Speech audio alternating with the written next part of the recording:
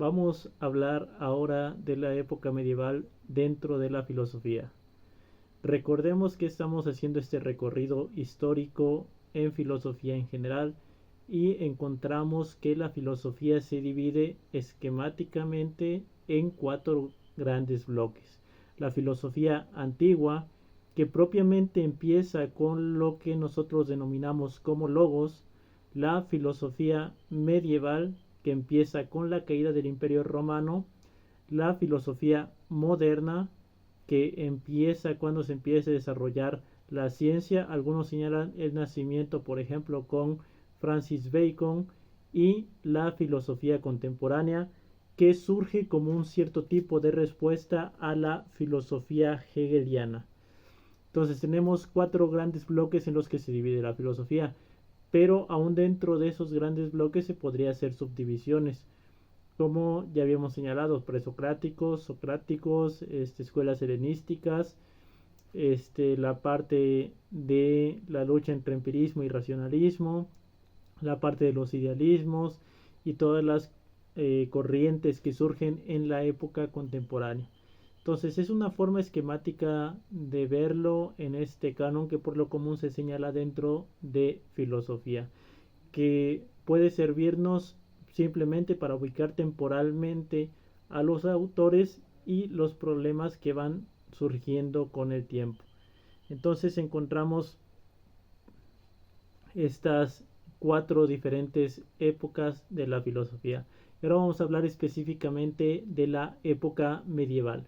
En la época medieval encontramos que hay una gran cantidad de temas, pero todos relacionados específicamente con la creencia en Dios, específicamente un Dios cristiano.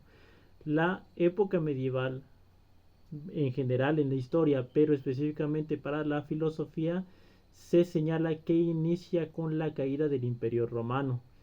Los romanos conquistaron a los griegos y se decía, por ejemplo, que los romanos tenían bien desarrollada la parte militar, desarrollaron en buena medida el derecho. Muchas de las instituciones que tenemos en términos jurídicos vienen de la época romana. Cuando uno estudia derecho ya como carrera, se da uno cuenta que al menos el derecho mexicano es en gran parte derecho romano. Muchas de las características vienen desde ahí, incluso términos como el de cuyus, que hablaban de aquel cuya sucesión se habla, este, entre otros términos, vienen todas de las instituciones romanas. Sin embargo, en la parte cultural no eran tan avanzados, por decirlo de alguna forma, que esta palabra de avanzado ya tiene un cierto carácter valorativo. No habían desarrollado tanto como los griegos. ¿Y qué hicieron los romanos? Retomar la parte de la cultura griega y adecuarla a ellos mismos. Incluso los mismos dioses griegos son los dioses romanos que van a adoptar otros nombres, como Zeus con Júpiter, Saturno, por lo común relacionados con astros, ¿no? Por ejemplo, Ares, Marte, Venus va a ser Afrodita, etcétera, etcétera, etcétera. Entonces tenemos esta forma en la que los romanos retomaron la cultura griega y la expandieron. Y incluso los poetas romanos como Virgilio, por ejemplo, eh, o como Ovidio o cualquier otro que escribían en latín, retomaron las historias de los dioses griegos, incluso la aumentaron en su momento, aumentaron, digamos, el canon de las historias de los dioses griegos. Entonces prácticamente la cultura romana es hasta cierto punto una extensión de la cultura griega.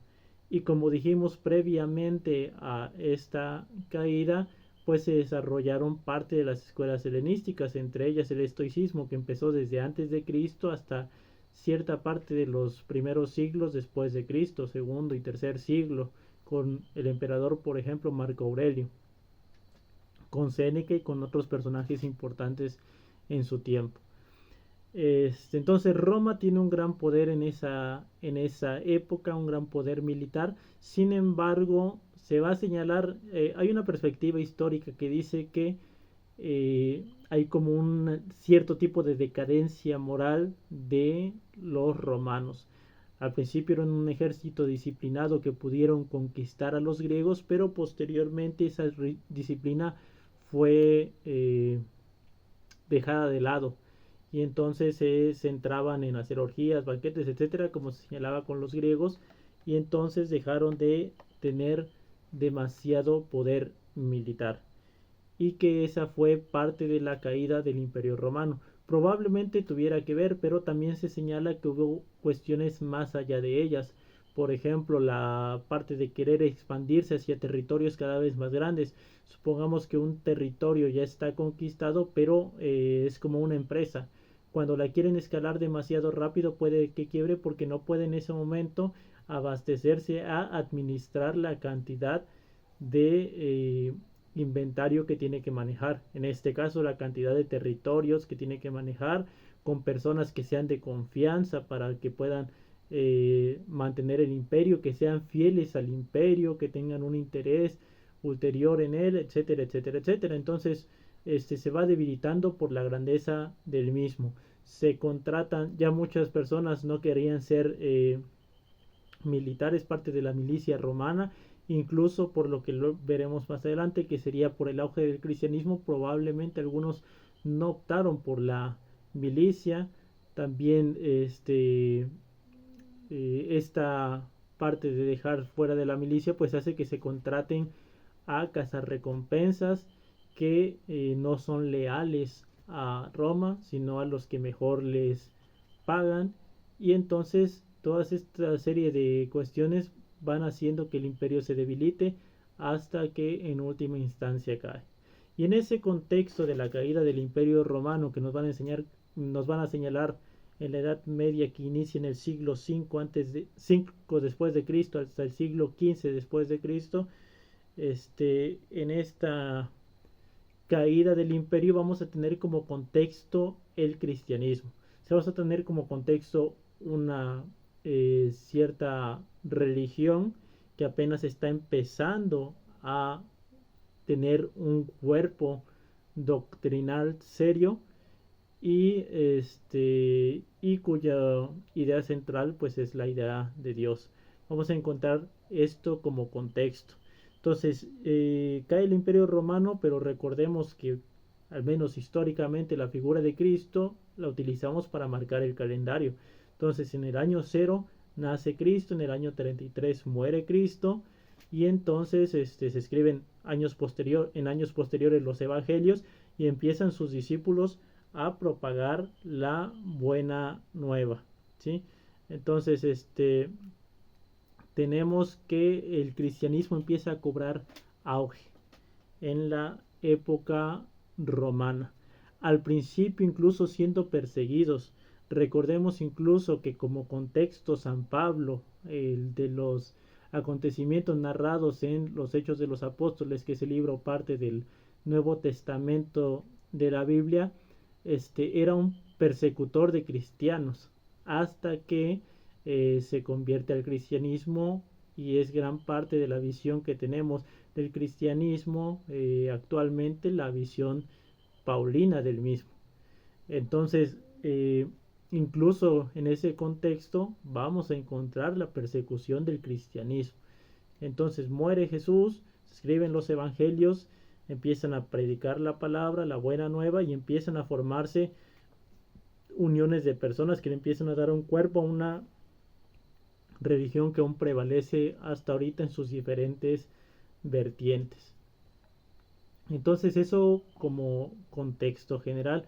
Entonces nos damos cuenta que la filosofía medieval en general, probablemente en términos históricos, no abarque solamente del siglo V al siglo XV, sino que va a abarcar desde mucho antes, porque como contexto teórico del cual se parte, va a ser la palabra revelada, la que se considera revelada, que es la escrita en la Biblia, como mencioné incluso ahorita, ya señalando a San Pablo, estoy utilizando como referencia bibliográfica a un libro que se encuentra en la Biblia. Entonces encontramos como referencia a la Biblia los evangelios, los hechos de los apóstoles y libros que se escribieron posteriormente y las escuelas que se empezaron a desarrollar alrededor de ella.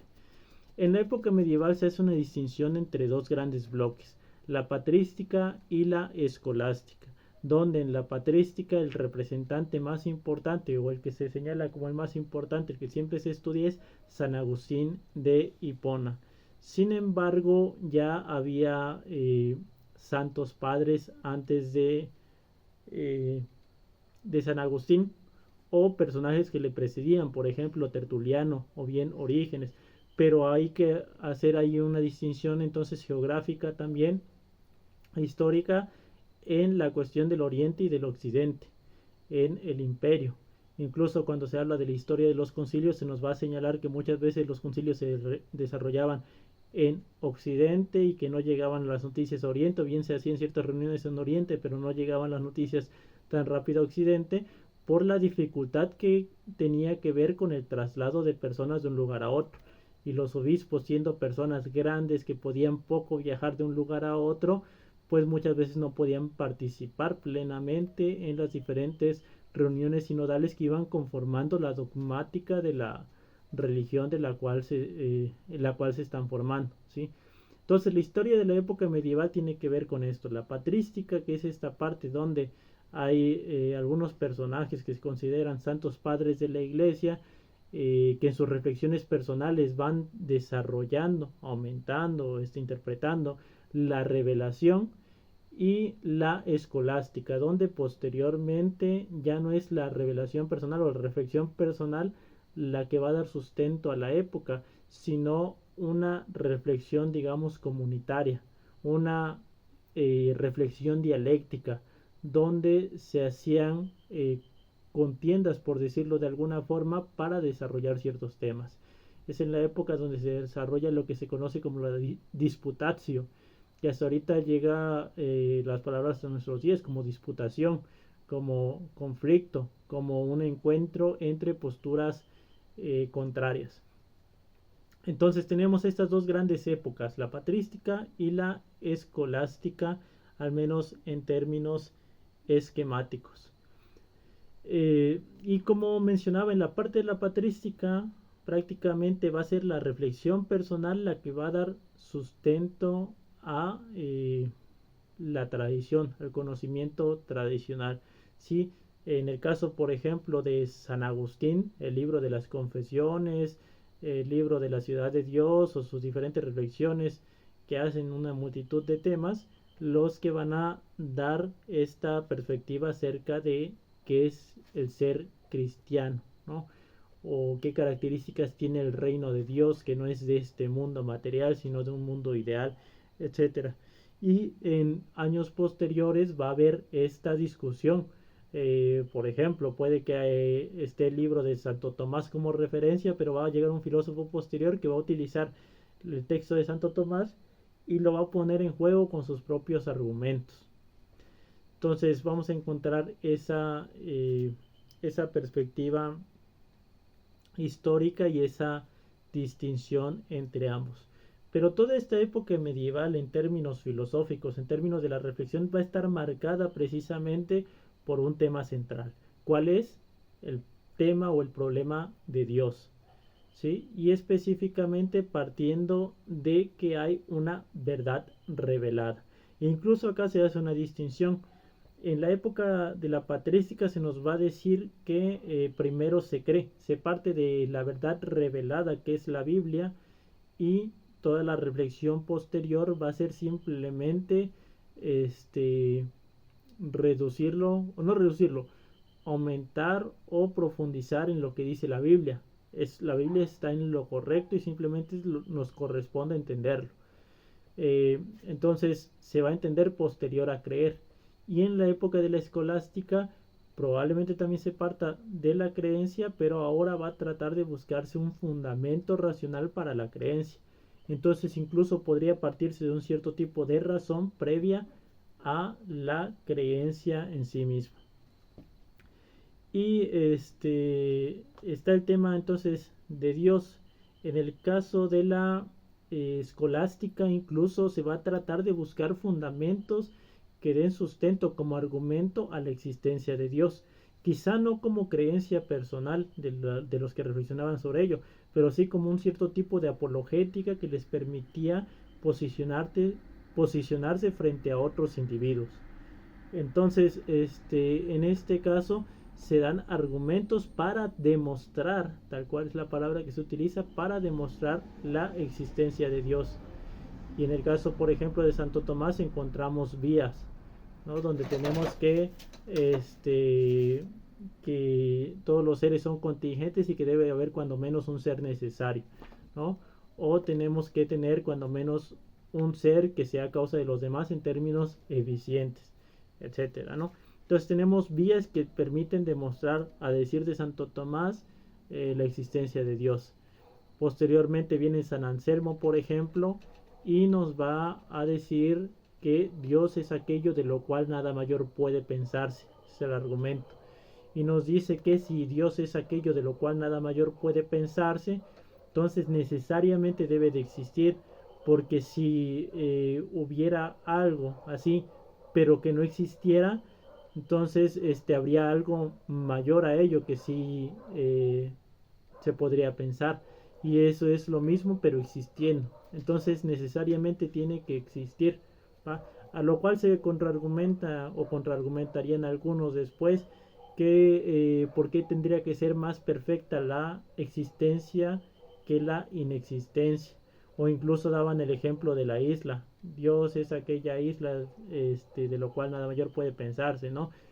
Hay contraargumentos que van a atacar por algunos lados y que algunos van a señalar que puede que tengan sentido o que probablemente no estén contraviniendo al punto de San Anselmo. Pero ahorita no nos interesa ya adentrarnos a profundidad en los argumentos, sino señalar que en esta época es donde se habla de los argumentos para demostrar la existencia de Dios. Entonces, vamos a encontrar que en la época medieval va la filosofía clásica, la filosofía griega y romana, pero principalmente la griega, específicamente con Platón y Aristóteles, van a ser un puente, van a ser una base para poder entender el cristianismo. Lo que se busca en la época medieval es incluso compaginar la filosofía cristiana o el cristianismo o la idea de la revelación con los conceptos previos de la filosofía griega. Específicamente en la patrística se nos va a decir que lo compaginan o lo relacionan con los pensamientos platónicos o neoplatónicos, y en el caso de la escolástica con los pensamientos aristotélicos. Incluso posteriormente y hasta hoy en día se habla de una perspectiva aristotélico-tomista. ¿Por qué? Porque parte de Aristóteles y parte de Santo Tomás. Y en esta síntesis y en esta convergencia es que muchas veces se interpreta una línea de pensamiento aún hasta nuestros días. Entonces es una perspectiva aristotélico-tomista. En términos ya históricos, un tanto contingentes, también podemos ver que esta influencia viene por la pérdida de algunos escritos de algunos autores. Incluso en su tiempo había algunos libros, algunos artículos que se consideraban escritos por Platón o bien se consideraban escritos por Aristóteles. Ya después se descubre que no fueron ellos, sino que fueron otras personas quienes los llevaron a cabo. Pero en la época de la Edad Media al inicio no teníamos muchas veces las copias de los libros aristotélicos, sino hasta la parte de la segunda parte de la época medieval. ¿Sí? Aristóteles se recupera a través de traducciones de Avicena y de Averroes, que eran filósofos árabes. Entonces, muchas veces pasaba así con algunos libros, se mantenían ciertas versiones, incluso pasa con lo de la Biblia, lo de la versión de la Septuaginta y después lo de la Vulgata y después lo de la traducción, que después pasó a ser la de la Reina Valera, las traducciones del Nuevo Mundo, etcétera, etcétera, etcétera, ¿no? Entonces, tenemos que en el caso de Aristóteles muchos libros estaban perdidos. Y no es hasta años posteriores, muchos años después, que se encuentran y se traduce. y es entonces como la influencia de Aristóteles empieza a pesar, cosa que antes no pesaba tanto, pero por una cuestión meramente probablemente contingente, como es la pérdida de estos escritos. Ahorita es más difícil probablemente que alguien escriba y se pierdan sus escritos, pero en su época sí, porque todos los escritos eran copias a mano. Incluso estaba esa palabra para los que copiaban, copistas, los que tomaban un libro y se dedicaban simplemente a pasarlo a otro papel, ¿sí?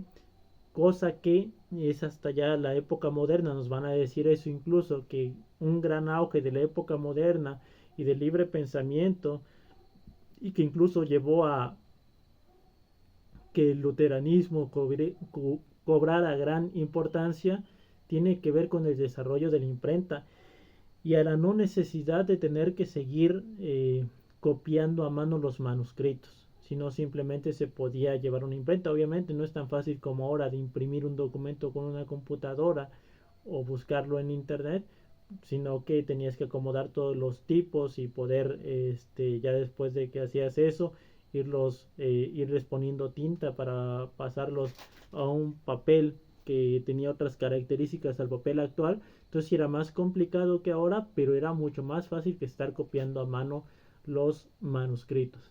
Entonces en épocas posteriores se desarrolla la imprenta, pero en ese entonces no. Todo el conocimiento estaba en las abadías, en los centros monacales, en lugares cerrados, donde no cualquier persona podía acceder. La tasa de alfabetización era muy pequeña. Entonces, todas estas circunstancias hacen que crezca la discusión en torno a ciertos temas y que muchas cosas queden fuera de ello, ¿no?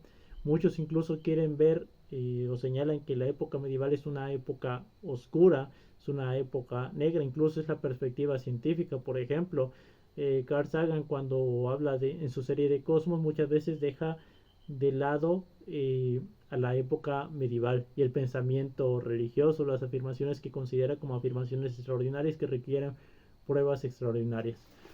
Entonces muchas veces se ve esta como una época oscura o una época negra y que muchas veces es incentivada incluso por la idea precisamente de lo cerrado, la idea de la autoridad tradicional, no necesariamente libre pensamiento, sino el cerrar una discusión simplemente porque el filósofo, que en su tiempo se le llamó Aristóteles, porque el filósofo lo dijo, o porque ya no querían que se investigara o que se desarrollara cierto tema, o que cierta perspectiva del mundo iba en contra de la posición que Dios daba al hombre en la Biblia, por ejemplo.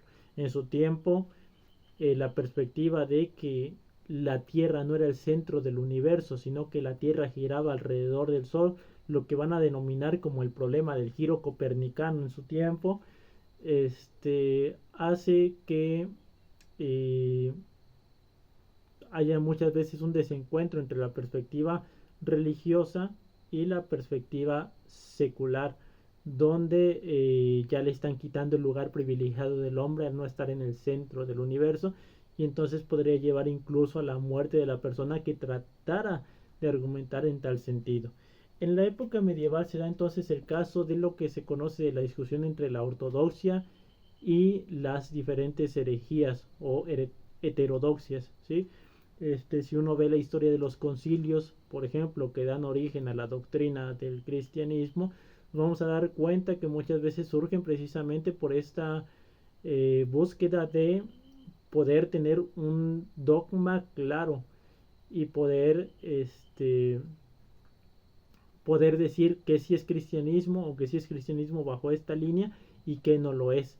Y todo lo demás va a ser considerado herejía y va a traer consecuencias incluso físicas a las personas que sostienen tales puntos. Es el caso, por ejemplo, del concilio de Nicea, al cual Constantino manda a hacer para combatir el arrianismo, que era esta perspectiva de el personaje arrio que decía que Jesús era un ser creado, cuando ya después en el credo niceno se va a señalar que es engendrado, no creado. Y ahí vienen todas estas disquisiciones teológicas que hay al respecto a lo largo del tiempo. Pero entonces sostener una postura como la de Arrio, como la de cualquier otra persona que vaya en contra de la ortodoxia podría tener consecuencias incluso físicas.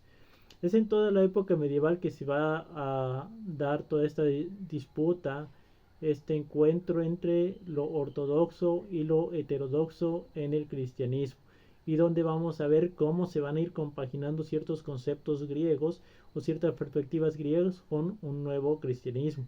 Por ejemplo, podríamos señalar que el estoicismo tuvo gran influencia, al menos en sentido de un cierto tipo de ética, un cierto tipo de escala de valores práctica que servía al cristiano, ¿sí? La idea de la resiliencia, la idea de la ataraxia, la idea de no dejarse llevar por la ira, etcétera, suenan a valores muy cristianos en su enseñanza. Vamos a tener en cuenta que, por ejemplo, Platón influyó mucho con sus ideas.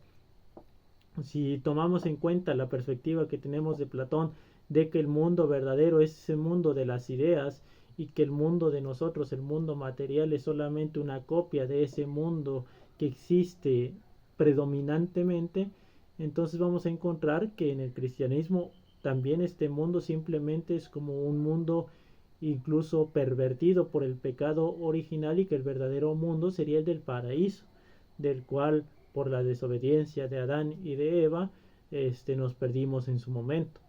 Entonces la perspectiva de el platonismo, al menos bajo ciertas ideas, va a ser fundamental para comprender incluso la filosofía cristiana en su momento.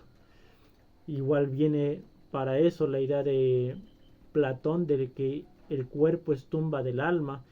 El concepto incluso de alma ya vendría entonces desde los griegos, y ni siquiera de Platón se menciona que viene desde los misterios órficos, desde incluso de la idea de los de Pitágoras y de sus allegados y de algunos que practicaban un cierto tipo de religión que decían eso, que el cuerpo es tumba del alma, ¿sí? O bien en la parte de la época posterior, la época medieval, pero ya en la época medieval tardía, encontramos que se va a señalar que el cuerpo está compuesto por dos cosas, que hasta ahorita termina siendo influyente la perspectiva aristotélica. Específicamente está compuesto por materia y forma, lo que se llama ilemorfismo, y que tenemos cosas en acto y cosas en potencia. Incluso la defensa, por ejemplo, en contra del aborto por parte de una persona que se apega a esta tradición aristotélico-tomista podría venir por ese lado, viene por ese lado. Un ser engendrado, ya cuando hay relaciones sexuales y el espermatozoide penetra en el óvulo, si bien en acto no es un bebé, en potencia en términos aristotélicos ya lo es, salvo que obviamente hubiera algo que se interpusiera en el desarrollo normal de esa relación que hay entre óvulo y espermatozoide, es que ya no se daría la consecuencia natural, que es ser un niño o niña. Entonces en el caso de Aristóteles encontramos esos dos conceptos de acto y potencia, que va a ser posteriormente utilizado para la filosofía cristiana o para cierta perspectiva de la filosofía cristiana. Entonces muchas veces algunos conceptos griegos vienen de ahí, se retoman. En otros casos se contrapone. La perspectiva cristiana va a señalar que el universo no es infinito, como señalaban los griegos, es algo que siempre ha existido y siempre existirá, sino que el universo es creado por un ser que es externo a este universo, que viene desde el Génesis. Solamente el Espíritu de Dios vagaba en la oscuridad y dijo Dios hágase la luz, y la luz se hizo, ¿no? Entonces el universo y todo lo demás es creado, ¿sí? Entonces en ciertas cosas se contraponen y ciertas cosas las retoman precisamente porque van a servir para formar un cierto tipo de orden teórico en la filosofía cristiana de su tiempo. Entonces tenemos todo ese espectro que nos permite más o menos ir viendo cuáles son los temas que predominan en la época medieval.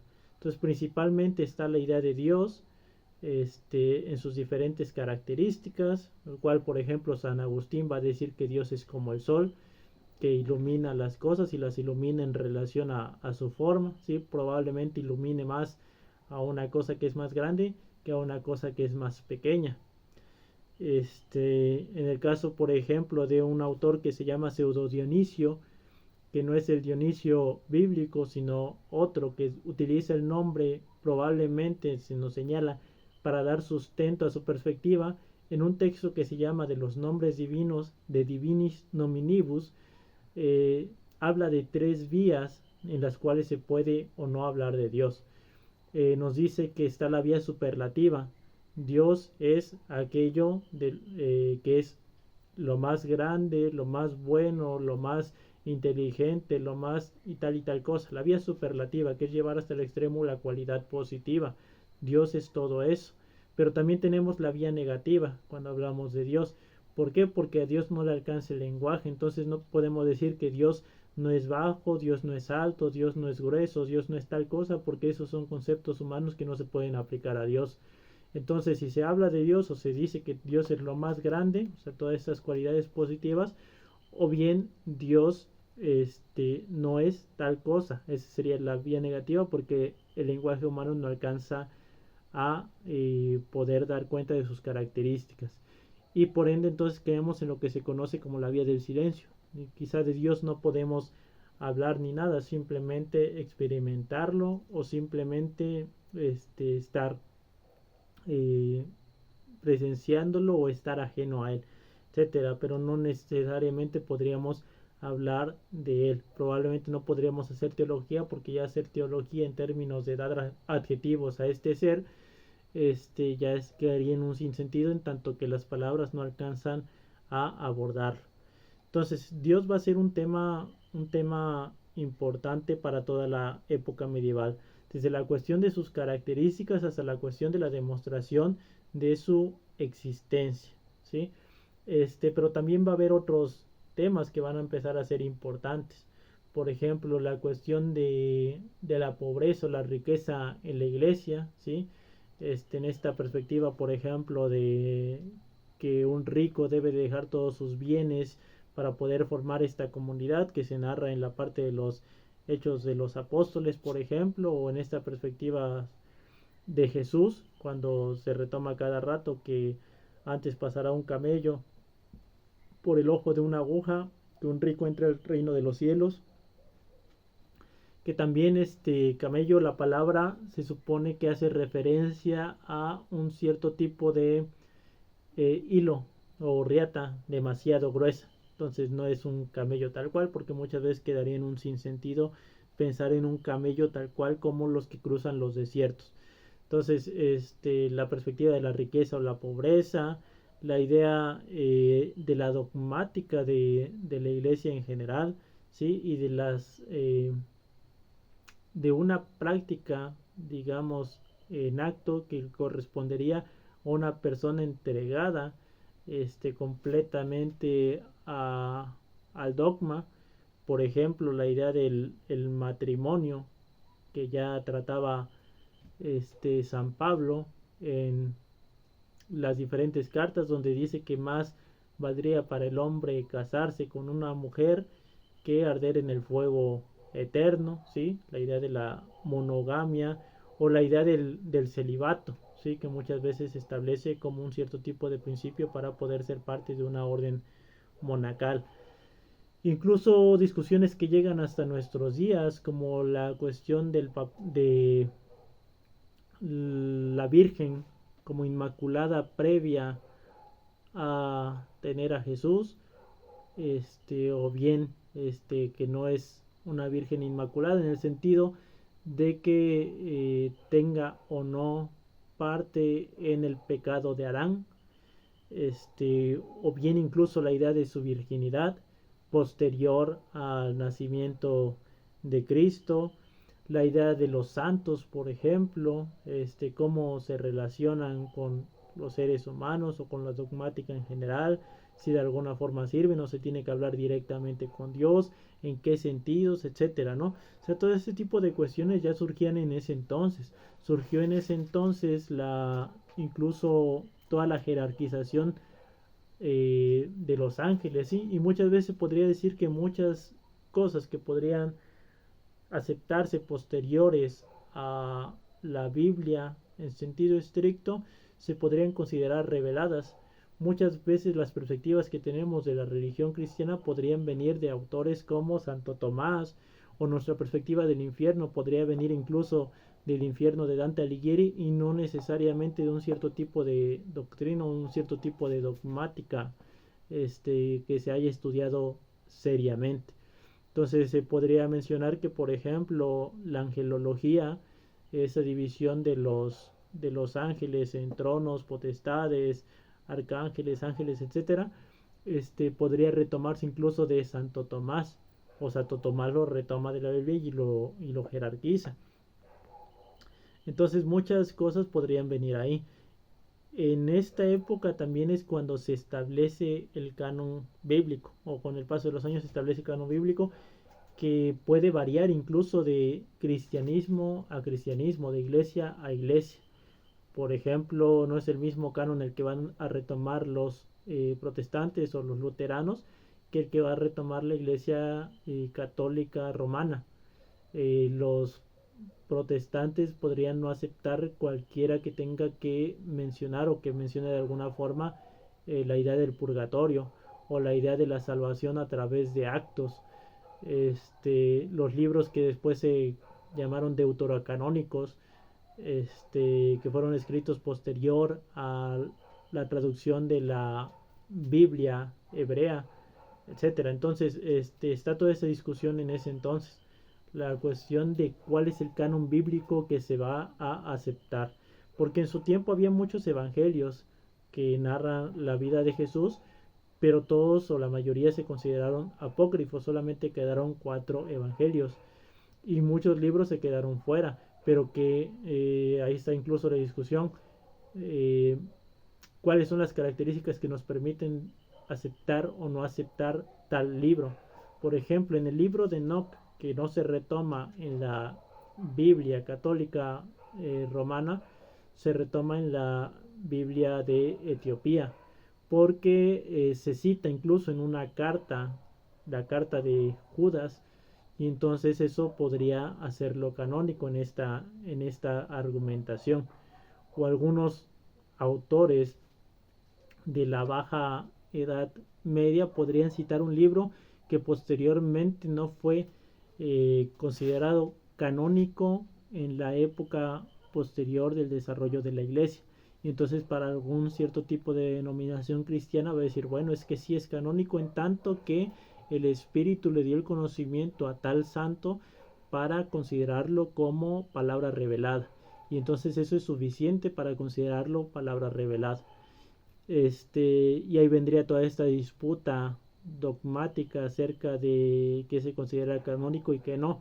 ¿En qué sentido, por ejemplo, el libro de Enoch, eh, hablando de los ángeles que tienen relaciones con mujeres y que a partir de ello nacen los gigantes, se contrapone a la idea de tal y tal cosa? O sea, eso podría tener muchas complicaciones o muchas consecuencias teológicas o muchas consecuencias en la perspectiva de una cosmovisión religiosa.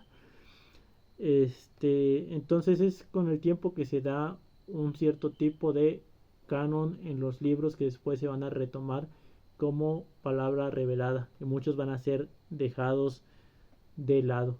Pero toda esa discusión empieza se da un gran auge en ese entonces. Posteriormente, obviamente no se deja de lado, pero sigue como una línea independiente a toda la historia, porque ahora la historia se une al desarrollo de la ciencia en general y de ciertos problemas particulares. Eso no quiere decir que todo esto se deje de lado. Si bien digamos que los grandes concilios, la gran estructura dogmática se desarrolla en toda la época medieval, es en años posteriores también donde ocurren algunas modificaciones, algunos problemas, algunos encuentros en las cuestiones del rito cristiano o las cuestiones de el tipo de compromisos al cual se debe de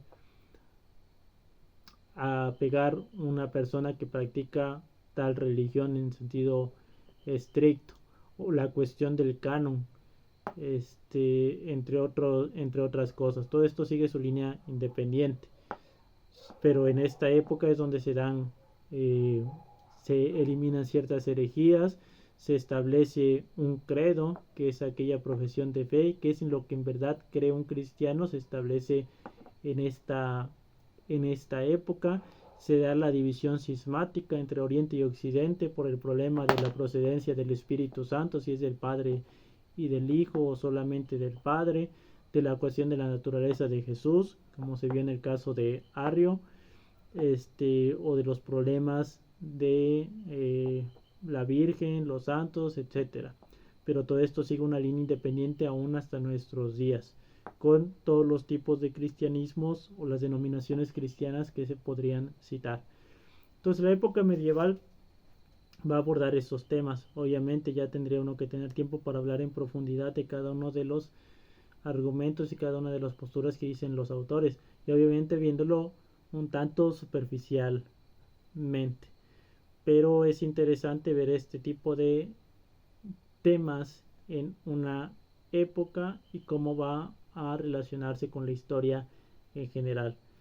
Empieza con la caída del Imperio Romano y termina cuando posteriormente se empieza a desarrollar lo que se va a conocer posteriormente como un método científico, ¿va?